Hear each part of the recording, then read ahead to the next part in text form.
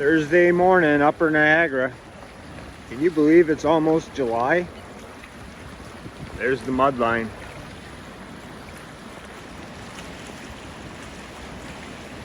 We needed this. Water's up.